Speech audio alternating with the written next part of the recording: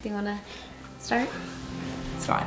Okay. All right, today we want to go over the 3 steps to getting licensed for foster care. So we're currently going through the process and we're coming towards the end. And so we thought we were just going to share what we have learned along the way and hope this will help you out if you are curious about the process or maybe even want to start doing the process yourself. So step number 1 is fill out a bunch of paperwork.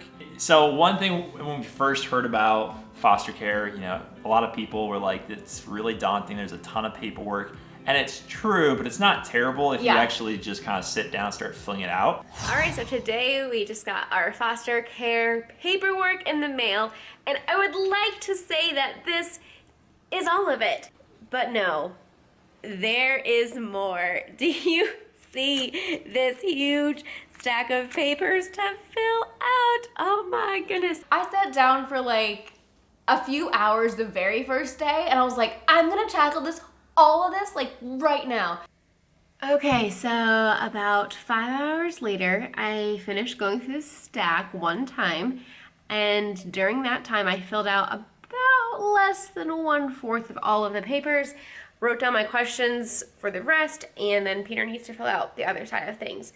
And it was a little much to tackle like all in one day. So yeah, no, I'm not going to get this done today. What I already did versus what still has to be done. Woo-hoo.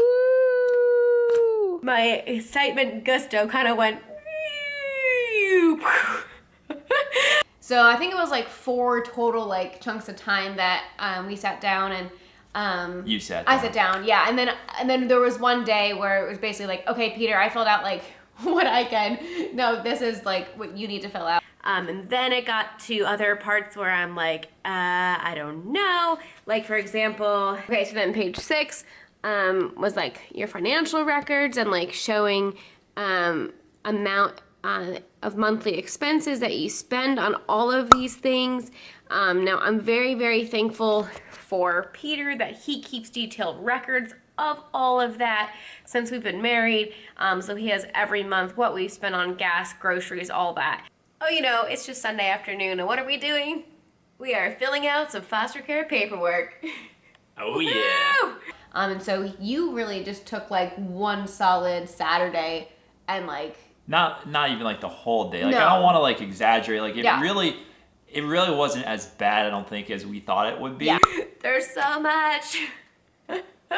Exactly. You're right, as tidy as you possibly can. Plus, we had also recently purchased a home and had to get a mortgage for that. And so all the paperwork I'm self-employed, so there's a little bit more paperwork to go through when you're getting a mortgage and you're self-employed. And so honestly, it wasn't much worse than that, really. Right. So, I mean, there are a lot of questions about, our personal life and background and family. All right, so 22 pages of this stack is for each of us to fill out this questionnaire. It's a questionnaire about our life, who raised us, how was our home life, all of this stuff. So it's like personal information. Our relationship and things like that. And then the second step is to start doing the classes and the training. And we're in Indiana and going through that. So every state and every agency might be a little different. We are just going through our county here in Indiana. And for us, it's just 3 classes. Honestly, I was surprised like how few it was, but they have like ongoing stuff that you can do, which is good. They kind of just give you like the basics.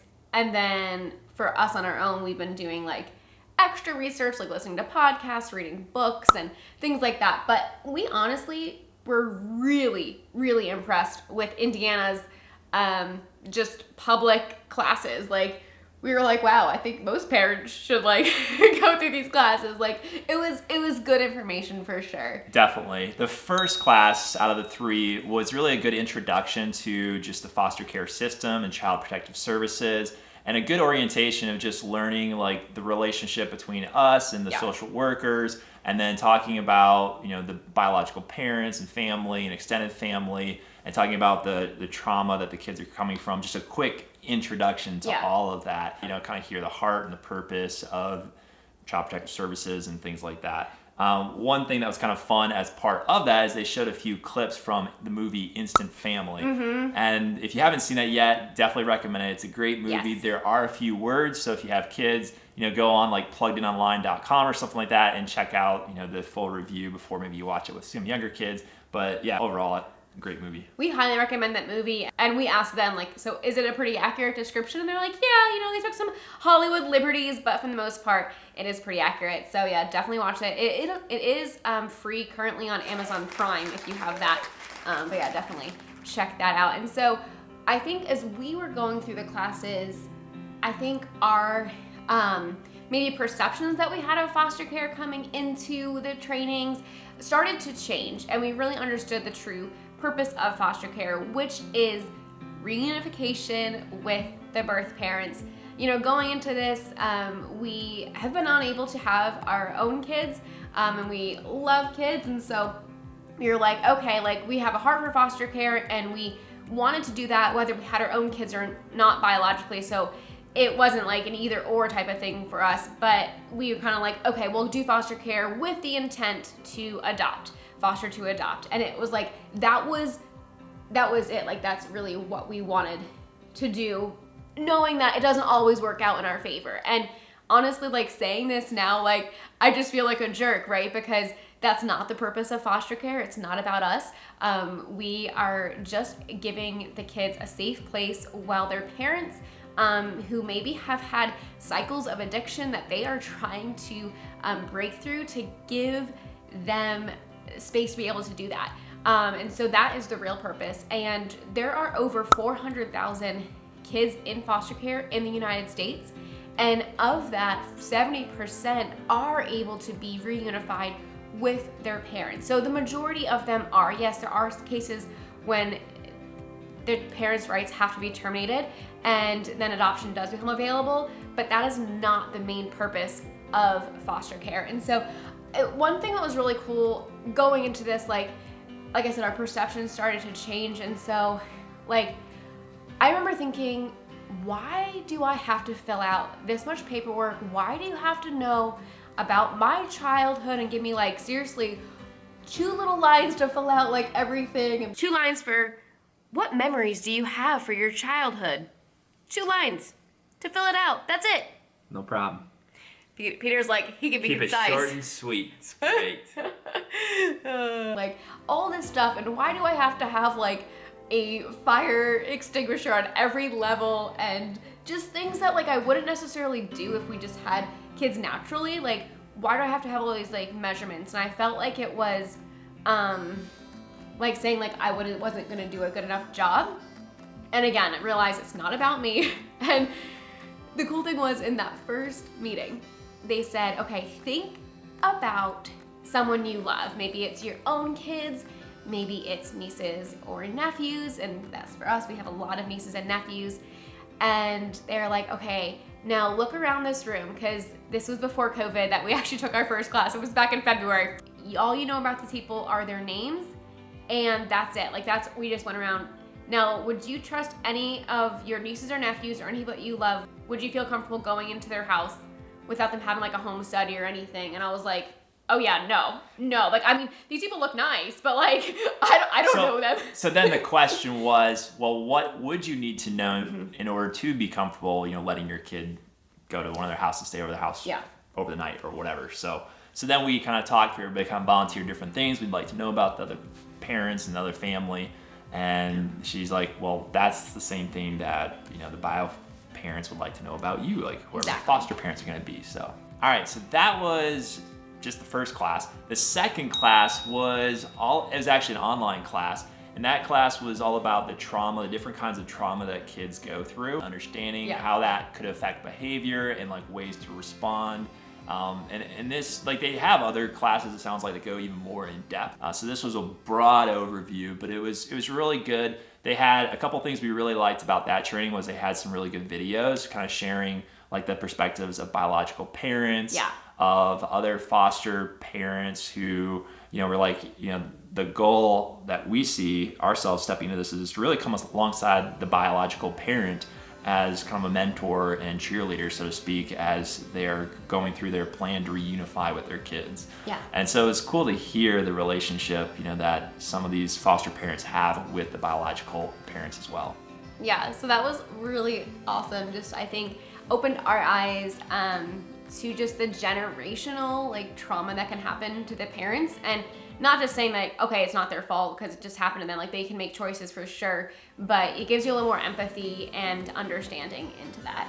And then the third class was supposed to be in person, but due to COVID, we did it online. And actually, I thought it was gonna be weird being online, but with the different people there and stuff, but they did a really good job with it. Again, the so instructors impressed. were great. Yeah. So impressed with It's amazing. Indiana. And I thought that was really good. That class dealt specifically with the foster child coming into your home, and then discipline and yeah, it talked a lot about the 5 stages of grief. That Yep. was one big section, and then it talked how to respond and how to help the child go through the grief and allow that to happen. the practical side of it and putting it into action. And so that was really good too. They were okay, is it good to give a cheero a 30-minute timeout? And you're no, they're not gonna be able to sit for 30 minutes. It's all about giving appropriate discipline based on age and and based on backgrounds. what they did too, Right. Okay, if they did this, or they the punishment be that, and just kind of talking through different ways to be creative in your disciplining. So that was really, really good as well. And one really good illustration they did during that class was they had us write down the person that's most influential in your life, your favorite book or whatever, favorite this or that, favorite food, Yeah. all these different things, closest friend, favorite memory, whatever. And then she had us all crumple up the paper we had written those on and just chuck it across the room. And she's like, how does that make you feel? And she's like, this illustration is just talking about this is what's happened to kids when they're pulled out of their family. They're getting pulled out of everything that they know and going into a new home with Yeah. the foster parents or foster family, and having to start over basically. Yeah. At such a young age a lot of times. Yeah. So besides those 3 classes, there was also first aid training and a CPR class, which honestly was amazing. The majority of it was online. And then we went in person to demonstrate that we knew those skills. It's good. We came out of that with some confidence, okay, we're ready to save some lives here. Yeah, I don't want to be put to the test, but No, not really. we could if we needed to. And then we also had to do a bloodborne pathogens class online. So that was all the medical side of things. And then we had to do fingerprinting downtown Indy. So that was just, getting our fingerprints, making sure we were good. And I think we got the results from that that day or the next day. We got an email saying good to go. It's quick. I think, was that it as far as... That's about it. So There wasn't one other thing? you got the That was paperwork. it. Yeah, that's it. It really wasn't that bad. So you got the paperwork, 3 classes, CPR and first aid training, which again was online, and then 1 skills assessment, and then the fingerprinting and whatnot. So not a huge deal. Yeah. And then the last step. Then the last step, step number 3, is the home study. And that is actually the current step that we are at. So this weekend we went through and did a bunch of other things on our list that we've had to prepare for the home study. Going through, Lisa was putting a bunch of outlet covers on, cleaning the inside of the house, prepping the bedrooms, getting some little gift bags ready. Yeah. I was in the garage, patching up some cracks to make sure it's all has a good fire barrier separating the garage and the house. Yeah, Peter spent all day in the garage yesterday Patching some drywall. with the heater fan on because it had to be at a certain temperature, 55 degrees or something. For some of the things I was doing, it needed to be 55, and for some that I did today, it needed to be 65. So. And it's 40 degrees outside, so those heater fans were going.